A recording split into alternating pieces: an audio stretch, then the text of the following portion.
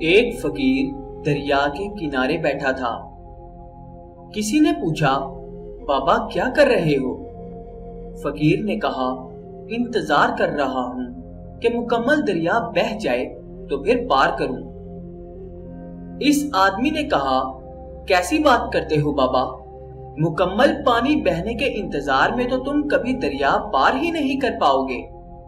فقیر نے کہا، یہی تو میں تم لوگوں کو سمجھانا چاہتا ہوں کہ تم لوگ جو ہمیشہ یہ کہتے رہتے ہو کہ ایک بار گھر کی ذمہ داریاں پوری ہو جائیں تو پھر نماز پڑھوں گا، داڑھی رکھوں گا، حج کروں گا، خدمت کروں گا۔